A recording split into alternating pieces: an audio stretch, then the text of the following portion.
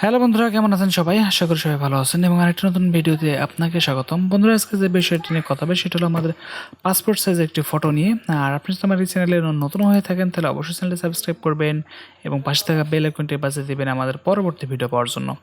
ওকে বন্ধুরা, তাহলে চলুন ভিডিওটা শুরু করা যাক। আর বন্ধুরা, আজকে আমি দেখাবো সেটা হলো আমাদের একটা একটি অপশন। সেই অপশনটি হলো আপনাদেরকে বলে দেবে যে পাসপোর্ট সাইজে যে আমরা ফেদার ইউজ করে থাকি, এই ফেদার নিয়ে কথা হবে। আর আপনি যদি আমার এই চ্যানেলে নতুন হয়ে থাকেন তাহলে অবশ্যই চ্যানেলটা সাবস্ক্রাইব করবেন এবং পাশে থাকা বেল আইকনটি বাজিয়ে দেবেন আমাদের পরবর্তী ভিডিও পাওয়ার জন্য।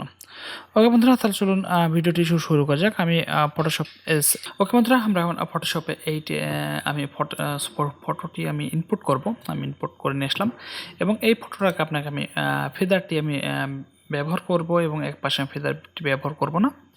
এটা আমি আপনাদেরকে দেখানোর চেষ্টা করব। ওকে, এটাকে আমি একটু পাসপোর্ট সাইজের কেটে নেব। পাসপোর্ট সাইজের আমি মাপটা আমি দিয়ে দেব যে কীভাবে আমি পাসপোর্ট সাইজের মাপটা আমি দেব। ওকে, এবং আপনারা জানেন পাসপোর্ট সাইজের ছবির মেজারমেন্টটা। ওকে, মেজারমেন্টটা আমি দিয়ে দিলাম এবং এটা আমি ক্রপ করে কেটে নেব। ওকে, দিয়ে আমি টিক মার্ক দিয়ে দেবো। ওকে, এটা কিন্তু আমাদের পাসপোর্ট সাইজের ফটো। আর এটা আপনি যদি মনে করেন যে না, আমি এটাকে আপনি ফেদারটা আমি ব্যবহার করব, আমি এই পাশে আমি ঠিক বাম পাশে আমি ফেদারটি আমি ব্যবহার করব না, আমি একটু এমনি ক্রপ করে একটু কাটার চেষ্টা করব। আমি এই ফটোটি মনে করেন যে আমি ক্রপ করে কাটবো। ওকে, সরি, এটাতে একটু সমস্যা আসছে।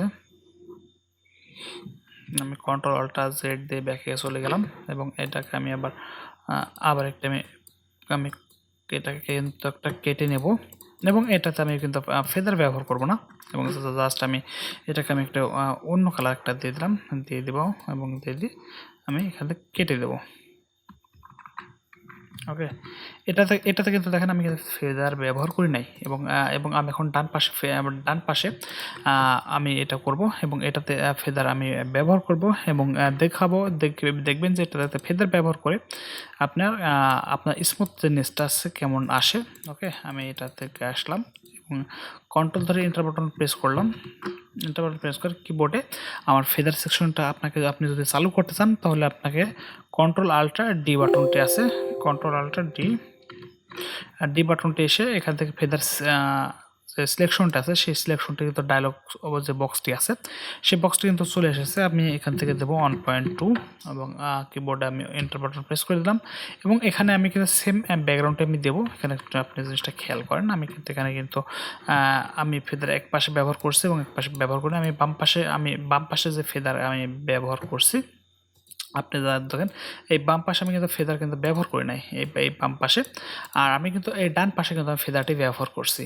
ওকে, আপনারা এখন কতটুকু বুঝতে পারছেন? আমি শিওরটি এখন বুঝতে পারি নাই যে আপনারা কীভাবে বুঝতে পারছেন। হ্যাঁ, আপনি জিনিসটা খেয়াল করেন, আপনি যদি ফেদার ব্যবহার করেন তাহলে কিন্তু আপনি ঠিক ডান পাশে যেটা আছে এই ডান পাশে এই ফেদারটি কিন্তু দেখেন এটা কিন্তু চুলের যে সাইডটি গেছে সেটা কিন্তু অনেক স্মুথভাবে গেছে, সেটা খেয়াল করছেন, অনেক স্মুথ।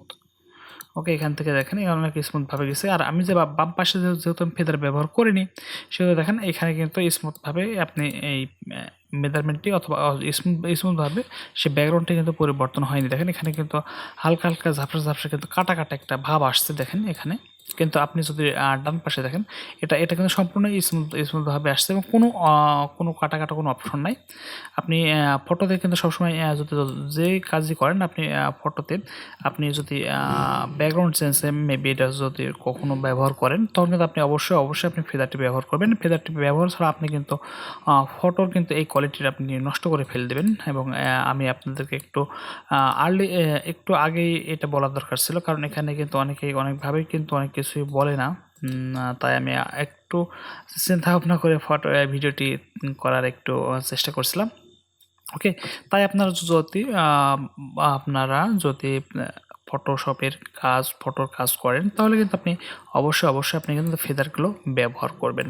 ওকে, আপনি আপনি ফটোতে ব্যবহার করবেন এবং অন্যান্য ডকুমেন্টসের ক্ষেত্রে যদি আপনি ফটোশপ এডিট করে থাকেন তাহলে কিন্তু অবশ্যই আপনি এই ফেদারগুলো কিন্তু ব্যবহার করবেন। ওকে, আপনাকে আমি দেখাই দিলাম ফেদারের কাজ কী এবং ফেদার ব্যবহার করলে কী কী উপকার পাওয়া যায় এবং ফেদার ব্যবহার না করলে কী কী আমাদের অপকার হয় অথবা ক্ষতি হয় অথবা কাজের কোয়ালিটি নষ্ট হয়, আপনি যেভাবেই বলেন সেটা।